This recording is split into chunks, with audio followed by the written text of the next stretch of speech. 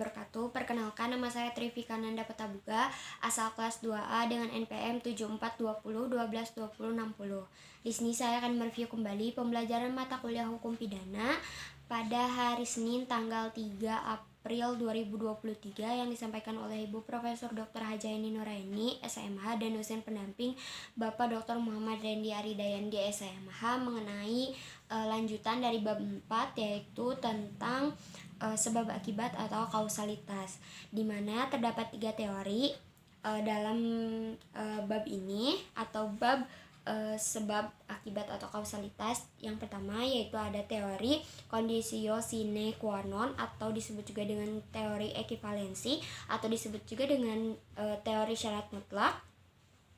Lalu yang kedua yaitu ada teori individualisasi. Lalu yang ketiga yaitu ada teori generalisasi.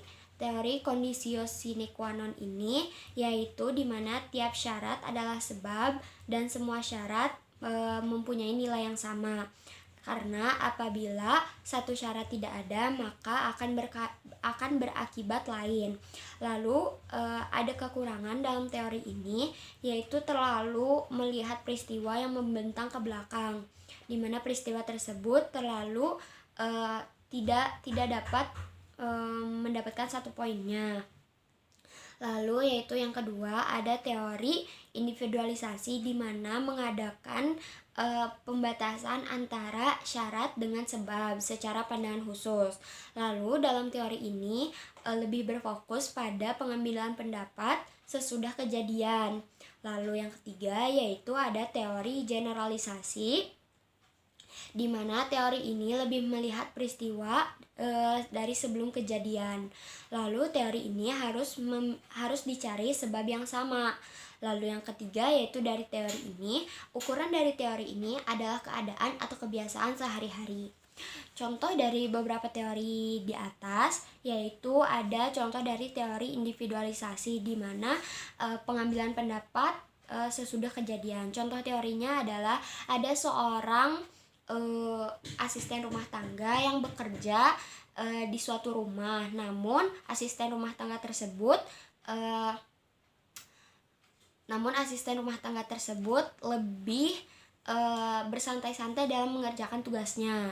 Sebagai tuan rumah atau atasan dari asisten rumah tangga tersebut merasa kesal karena asisten rumah tangga tidak menyelesaikan tugasnya dengan baik. Dengan begitu tuan rumah tersebut memiliki niat untuk menyuruh asisten rumah tangga tersebut membelikan sebuah gula dalam keadaan hujan di luar rumahnya. Lalu ternyata dalam perjalanannya asisten rumah tangga tersebut pun melakukan tugasnya, namun di pertengahan jalan beliau tersambar petir dari pohon yang ada di perjalanan beliau. Nah, dalam peristiwa tersebut tidak bisa disalahkan bahwa si tuan rumah adalah pembunuhnya, karena dalam kasus ini asisten rumah tangga bersedia untuk menjalankan tugasnya, namun di pertengahan jalan beliau meninggal dunia.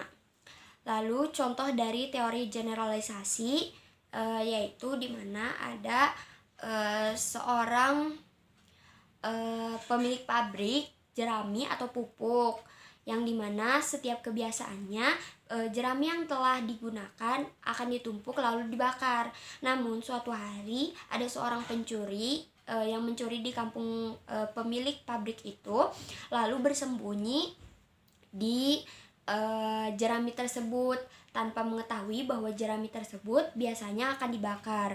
Namun karena kelelahan dikejar-kejar warga, maka si pencuri tersebut tertidur di dalam jerami. Pemilik pabrik tersebut tidak mengetahui bahwa si pencuri ada di dalam jeraminya tersebut, lalu langsung menyalakan api dan membakar jerami tersebut. Namun ternyata si maling tersebut pun ikut terbakar. Dari kasus tersebut bahwa sebabnya adalah sebab kematian dari si pencuri tidak bisa disalahkan oleh si pemilik pabrik, karena pemilik pabrik memiliki kebiasaan bahwa jerami yang telah ditumpuk maka akan dibakar. Terima kasih. Wassalamualaikum warahmatullahi wabarakatuh.